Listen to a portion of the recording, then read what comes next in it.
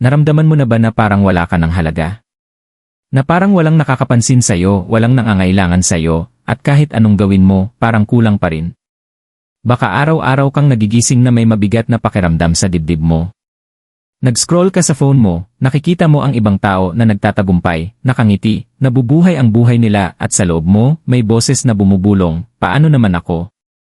Sinusubukan mong baliwalain. Sinusubukan mong maging matatag. Pero ang totoo pakiramdam mo wala kang silbi. At ang pinakamasakit na bahagi, hindi mo man lang ito maipaliwanag sa iba. Dahil sa panlabas, parang maayos naman ang lahat. Pero paano kung sabihin ko sa iyo na ang nararamdaman mong ito ngayon ay hindi ang katapusan ng kwento mo? Paano kung ang mismong sandaling ito ang simula ng lahat?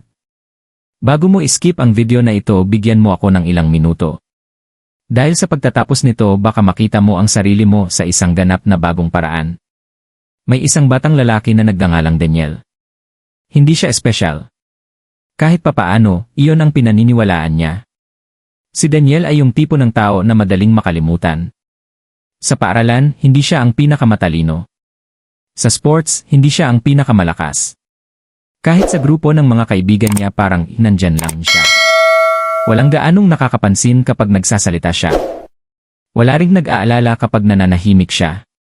Habang tumatagal, nagsimulang maniwala si Daniel sa isang mapanganib na ideya. Siguro wala talaga akong halaga. Ang mga araw ay naging linggo at ang mga linggo ay naging taon. Tumigil siya sa pagsubok. Tumigil sa pangangarap. Tumigil sa paniniwalang may layunin siya. Isang gabi, habang mag-isa sa kanyang kwarto at nakatitig sa kisame, tinanong niya ang sarili niya ng isang tanong na kinatatakutan itanong ng marami. Bakit ba ako umiiral? Ang tanong na iyon ay hindi nanggaling sa kuryosidad. Nanggaling iyon sa sakit. Pero ang hindi alam ni Daniel ay babaguhin ng tanong na iyon ang lahat. Dahil minsan kapag pakiramdam mo wala ka ng halaga doon ka palang inihahanda ng buhay para sa mas malaking bagay. Hindi agad nagbago ang buhay ni Daniel. Walang bigla ang himala. Walang dramatikong sandali kung saan naging perpekto ang lahat. Sa katunayan mas lalo pang lumala ang mga bagay. Bumagsak siya sa isang mahalagang exam, unti-unting lumayo ang kanyang mga kaibigan. Kahit sa bahay, pakiramdam niya ay parang hindi siya nakikita. Parang paulit-ulit na pinapatunayan ng mundo ang pinakakinatatakutan niya. Hindi ka mahalaga. Isang hapon, habang naglalakad siya ng walang direksyon sa kalsada, nakita ni Daniel ang isang matandang lalaki na nakaupo mag-isa sa isang sirang bangko. Ang matanda ay mukhang payapa. Hindi masaya. Hindi rin excited. Kundi kalmado lang. Sa hindi niya maipaliwanag na dahilan, umupo si Daniel sa tabi niya. Hindi sila nagsalita ng ilang sandali. Pagkatapos biglang nagsalita ang matanda. Bakit parang sumuko ka na? Nagulat si Daniel. Hindi niya alam kung paano sasagot. Pagkalipas ng ilang segundo, mahina niyang sinabi. Pakiramdam ko wala akong silbi.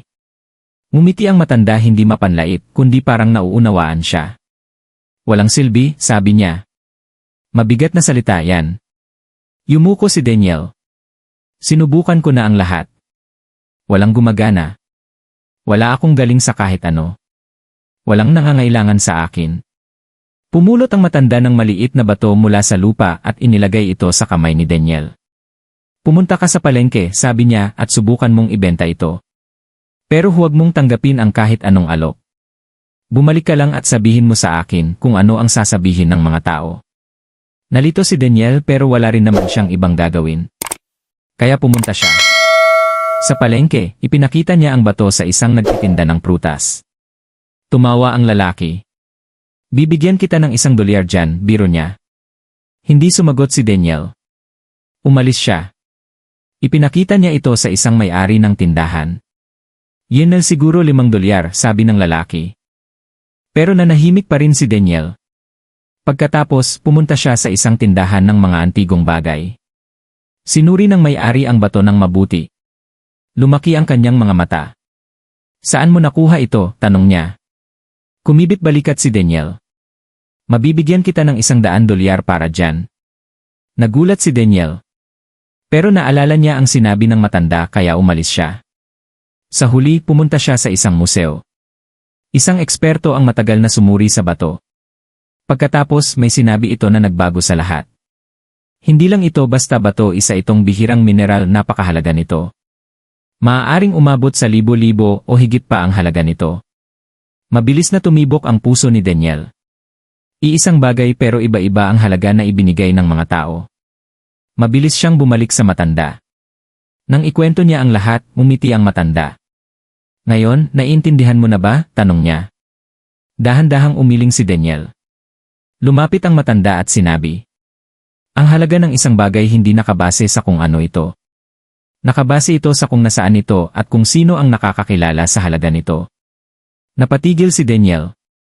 Sa ngayon, patuloy ng matanda, nasa mga lugar ka na hindi nakikita ang halaga mo. Napapaligiran ka ng mga taong hindi nauunawaan ang dala mo. Ibig sabihin ba nito wala kang silbi? Hindi. Ibig sabihin lang nasa maling lugar ka. Sa unang pagkakataon matapos ang mahabang panahon, may naramdaman si Daniel na kakaiba.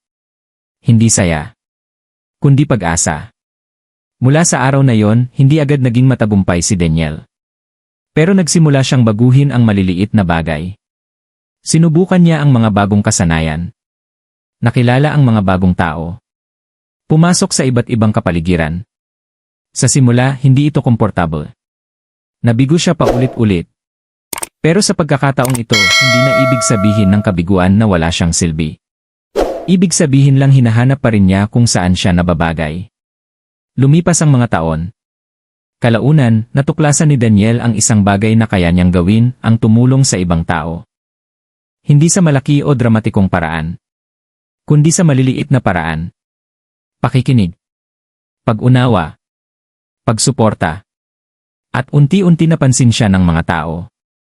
Hindi dahil nagbago siya, kundi dahil natagpuan niya ang mga taong tunay na nakakakita sa kanya. Isang araw, may nagtanong kay Daniel, paano ka naging ganoon kakumpiyansa? Ngumiti si Daniel at sinabi, hindi ako naging kumpiyansa. Tumigil lang ako sa paniniwalang wala akong halaga. Narito ang katotohanan. Kung pakiramdam mo wala kang halaga, hindi ibig sabihin na totoo yon. Ibig sabihin lang sinusukat mo ang sarili mo sa maling lugar. Ang diamante sa putik ay parang bato lang. Pero hindi nito binabago kung ano talaga ito. At ikaw? Hindi ka walang silbi. Ikaw ay hindi pa nadidiskubre. Kaya bago ka sumuko sa sarili mo, bago mo isipin na wala kang halaga, tanungin mo ang sarili mo, talaga bang wala akong halaga o nasa maling lugar lang ako? Dahil ang kwento mo ay hindi pa tapos. Sa katunayan, maaaring nagsisimula pa lang ito.